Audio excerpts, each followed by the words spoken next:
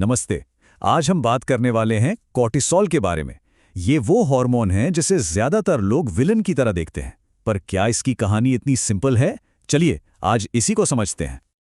तो चलिए सीधे मुद्दे पर आते हैं।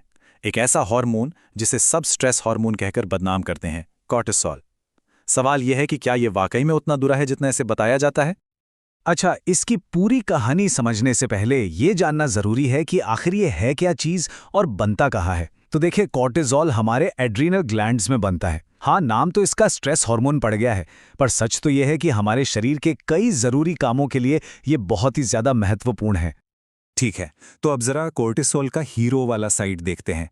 मतलब एक फर्स्ट रिस्पॉन्डर के तौर पर इसका असली काम क्या है? इसे ऐसे समझिए, मान लीजिए कॉर्टिसोल एक फायर अलार्म की तरह है। जब सच में कोई इमरजेंसी हो तो ये जान बचाने के लिए सबसे जरूरी चीज है। ये एक ऐसा सिस्टम है जिसे बस कुछ देर के संकट से निपटने के लिए बनाया गया है। और पता है, स्ट्रेस के अलावा भी कॉर्टिसोल एक मल्टीटास्कर है।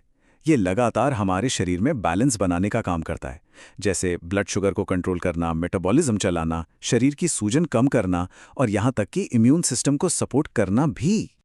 जब सब कुछ ठीक चल रहा हो तो ये सिस्टम एकदम परफेक्ट काम करता है। देखिए, दिमाग को खतरे का एहसास होता है, वो तुरंत एड्रिनल ग्लैंड्स को सिग्नल देता है और फिर कॉर्टिसोल रिलीज होता है।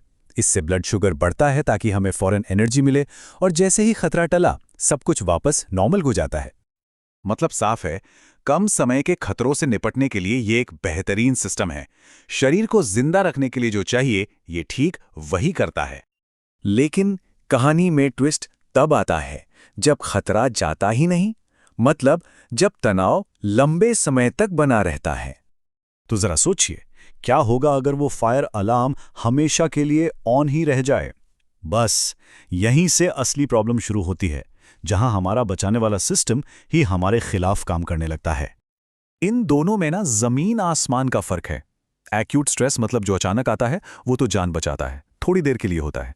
लेकिन जो क्रॉनिक स्ट्रेस है वो लगातार बना रहता है, शरीर की सारी एनर्जी खींच लेता है और बहुत नुकसान पहुंचाता है। एक में सिस्टम खुद को रीसेट कर लेता है, दूसरे में सीधा ओवरलोड हो जाता है। चलिए अब जरा देखते हैं कि ये लगातार बजने वाला अलार्म हमारे ब्लड शुगर के साथ क्या करता है। ये बिल्कुल एक डोमिनो इफेक्ट की तरह काम करता है।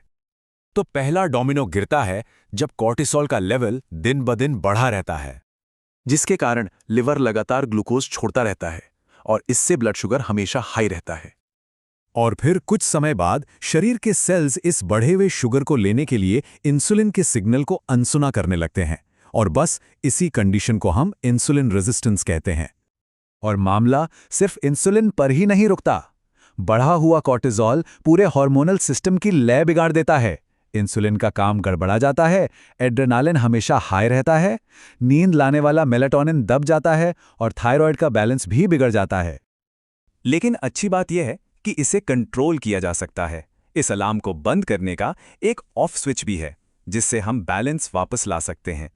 तो इसका हल कॉर्टिसोल से लड़ना नहीं है, बल्कि उस चीज को मैनेज करना है जो इसे बढ़ाती है, यानी स्ट्रेस। और इसके लिए कुछ आसान से तरीके हैं, जैसे 7-8 घंटे की गहरी नींद लेना, रोज थोड़ा ध्यान या गहरी सांस लेने की प्रैक्टिस करना, कैफीन और मीठा कम करना और एक रूटीन फॉलो करना।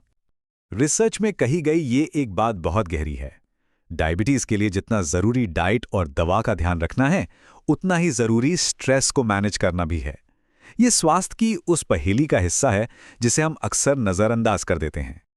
तो आखिर में बात यह है कि हमारा लक्ष्य स्ट्रेस फ्री जिंदगी जीना नहीं हो सकता, बल्कि हमें स्ट्रेस को झेलने की अपनी क्षमता बढ़ानी होगी। तो सवाल यह है कि एक स्ट्रेस रेजिलिएंट जिंदगी आखिर दिखती कैसी है? इस पर सोचिएगा जरूर।